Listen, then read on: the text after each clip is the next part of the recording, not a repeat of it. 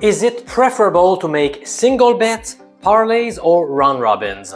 Which bet type holds the highest return on investment?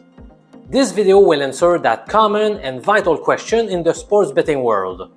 My name is Professor MJ, a 15-year university statistics teacher from Quebec City in Canada.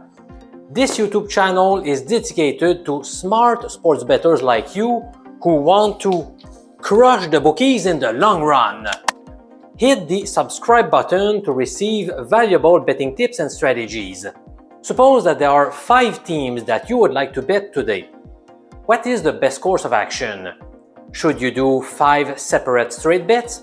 Or heap them together into a 5-leg parlay? Or should you go crazy with a 5-team round robin? The latter is also called a Canadian, as we saw in the video I made explaining all details pertaining to round robin bets. You can watch this video by clicking the link at the top of your screen right now. Remember that a 5-team round robin consists of making all 26 possible parlay combinations with your 5 teams. Let me go straight to the point. From a mathematical perspective, the smartest decision is to opt for the 5 single wagers. As simple as that. I'm aware that this answer will disappoint many sports bettors. But I'm not here to please you, but rather to make you a smarter gambler. Sure, parlay bets are much more exciting and sexier. Risking just $20 with the prospect of potentially winning $600 leads to an adrenaline rush and gets you pumped up. But the hard truth is that such bets are detrimental for your long-term success. This video will prove my point with hard numbers.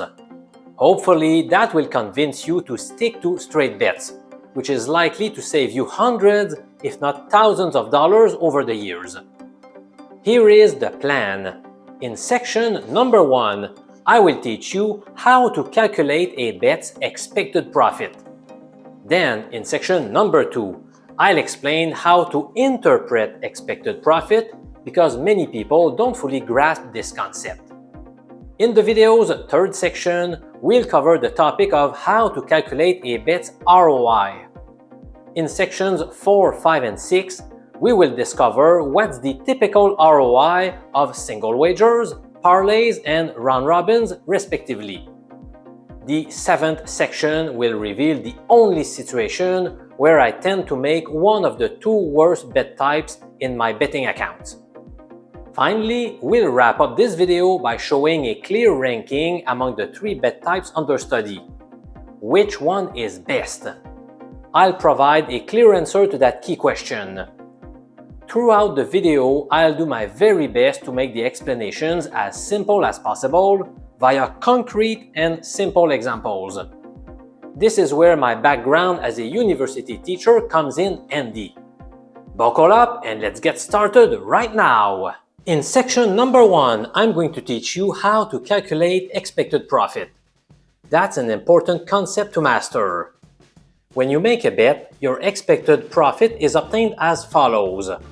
Expected profit is equal to potential net gain times probability of winning the bet minus potential net loss times probability of losing the bet. Let's do an example. Suppose a guy offers you to bet on the outcome of a dice roll. In other words, you must try to predict whether the dice will show 1, 2, 3, 4, 5, or 6. You clearly have 1 chance out of 6 to make the correct call, while having a 5/6 probability of losing. The proposed conditions are as follows. If you win, the guy will give you $8. If you lose, you must pay him $1. Is this a good bet? Let's see what your expected profit is on a single dice roll. Expected profit is equal to $8 times 1/6 minus $1 times 5/6, which is equal to plus 50 cents. Since the expected profit is positive, you should accept his proposition. Now let's see what happens if a win earns you a net gain of $4 instead of 8. Expected profit is equal to $4 times 1/6 minus $1 times 5 over 6, which is equal to minus 17 cents. This time, the expected profit is negative, which means you should run away from his second proposition. Section number 2 will reveal how to interpret expected profit. This is where many people get confused. Pay close attention, you may not find it easy to grasp at first glance. In the prior example with the first proposition, you could expect to earn a 50-cent profit on each dice roll. Obviously, if you play the game just once, there is no way you can end up with a 50-cent profit exactly. You will either lose $1 or win $8. Here is the vital element to keep in mind. The expected profit should be viewed as a long-term thing. If you play the game a large number of times, you can expect to earn 50 cents on average per dice roll. For example, suppose the guy who made this proposition is willing to play this game 10,000 times with you. Your total profit after those 10,000 rolled dices is expected to be fairly close to 10,000 times 50 cents, which equals to a total gain of $5,000. Maybe you'll end up winning 4,800 or perhaps 5,100, but it should be close to $5,000. It's time to learn how to calculate a bet's return on investment, often referred to as ROI. That's the topic of the third section of this video. The ROI gives you a quick indication of how good or bad a bet is.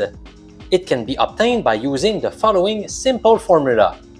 ROI equals expected profit divided by amount wagered. Let's calculate the ROI in the prior example, the first proposition of the dice roll. ROI equals plus 50 cents divided by $1, which is equal to plus 50%.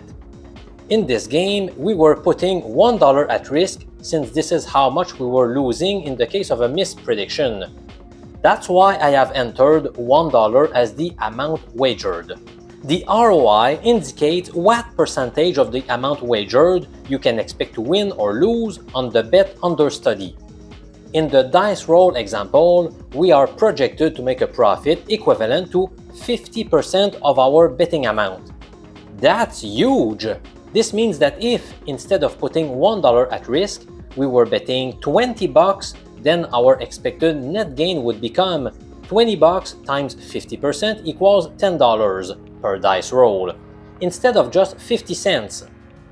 Let's take a step back. The main question we wanted to address in this video was as follows. Which bet type among single wagers, parlays, or round robins represent the smartest bet to make? We'll answer that question by calculating each bet's ROI. We have now reached section number 4, which is going to focus on the ROI of straight bets. When betting against the spread, bettors will usually get minus 110 odds, or 1.909 in decimal format. This means that you must put $110 at risk in order to get a potential net gain of $100. A huge number of people believe they can pick winners against the spread at more than a 50% rate. The reality is that they don't. Suppose you are an average gambler that wins 50% of its wagers against the spread. What is your ROI on a single bet? Let's use the case where you are putting $11 at risk for a potential net gain of $10. Expected profit is equal to $10 times 50% minus $11 times 50%, which is equal to minus 50 cents. We are now ready to calculate its associated ROI. Recall that all we need to do is to calculate the expected profit divided by the amount wagered. In the current case, we have ROI equals minus 50 cents divided by $11, and therefore the associated ROI turns out to be minus 4.5%. In other words, you're going to lose on average 4.5% of your risk amount on each single bet against the spread. Again, that is easier to understand by taking a long-term view. Suppose you make one such single wager every single day. How much can you expect to lose at the end of a full year? Over 365 days, you are therefore going to bet a grand total of $11 times 365 bets, which is equal to $4,015. Since your ROI is minus 4.5%, you can expect to finish the year with a loss of minus 4.5% times $4,015, which is equal to minus 180.68 cents. Of course, we don't always bet at minus 110 odds. For example, you may bet the money line of a certain game where the lines are minus 170 on the favorite versus plus 150 on the underdog. However, I don't want to overcomplicate things in this video. Let me only mention the fact that your ROI actually becomes worse as you are wagering on bigger favorites or underdogs. In short, bookies take a higher commission when the line deviates more and more from the typical minus 110 lines. This means that a minus 4.5% ROI on straight bets is the best case scenario. Section number 5 answers the following question. What is the ROI of a parlay bet? Keep in mind the minus 4.5% ROI we just saw on a typical single sports wager. As you're about to find out, things are going to get much uglier on parlays. Throughout this section, we're going to pretend as if you are always betting teams with minus 110 odds, or 1.909 in decimal. That will make things easier to understand, even though I am fully aware that we don't always do that. It won't change the overall conclusions though. Let's start with a two-team parlay by also assuming you are risking $10. The amount chosen here is irrelevant and won't change the ROI. First, what is your potential return on such a bet? The answer is $10 times 1.909 times 1.909 equals $36.44. Once the parlay bet is settled, your bankroll will either decrease by $10 or increase by $26.44. Since the net gain here is $36.44 minus the original $10 wager. Your probability of winning this two-team parlay is 1 chance out of 4, again when betting against the spread. Obviously, your probability of losing the wager is 3 out of 4. Based on those figures, your expected profit is $26.44 times 1/4 minus $10 times 3/4 equals minus 89 cents. All that's left to do is to figure out the associated ROI. In this case, the ROI equals minus 89 cents divided by $10, which equates to minus 8.9%. As you can see, your ROI is twice as worse as the one we obtained on single wagers, which was minus 4.5%. This means you are going to lose money twice faster if you do two-team parlays instead of single wagers. Unfortunately, that's just the tip of the iceberg. If you combine more than two teams on your parlays, it gets even worse. The table appearing on your screen right now shows the ROI for different types of wagers. The calculations were made using the same assumptions as before. As you can see, the results are not pretty when you include many teams in your parlay, also called an accumulator by some people. Now, let's see what happens if you put $20 at risk every day for a full year. How much are you expected to lose at the end of the year, depending on the bet type you are making? Please take a look at the results. Those are incredibly convincing numbers. The vital lesson to remember is as follows. Straight wagers are a lot more preferable than parlays. If you don't want to believe me nor the numbers, then perhaps you should listen to this. During a recent conference call, Jason Robbins, CEO of DraftKings, mentioned how his company has done a great job at enticing more customers to use parlays, which are more profitable for the bookie. He highlighted the importance of increasing parlay adoption in order to boost the company's profit. Doesn't that ring a bell to you?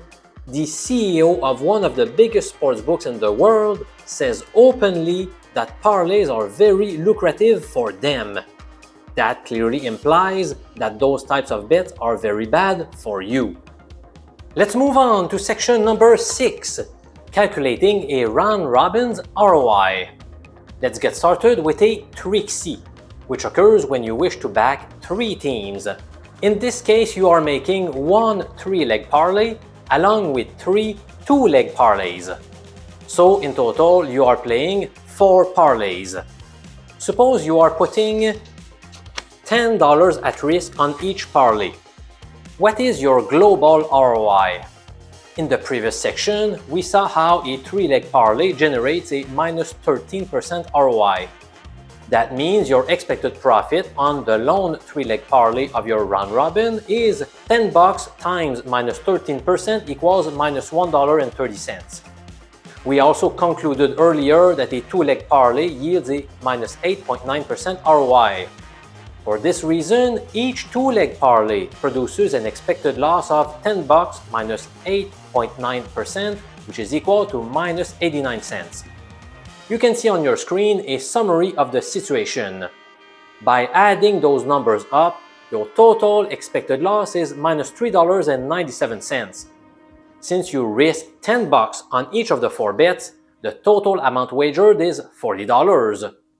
We are now ready to calculate the round robin's ROI. ROI equals minus $3.97 divided by $40, which yields a minus 9.9% ROI. I'll leave it up to you to verify the calculations for the round robins with a larger number of teams if you wish.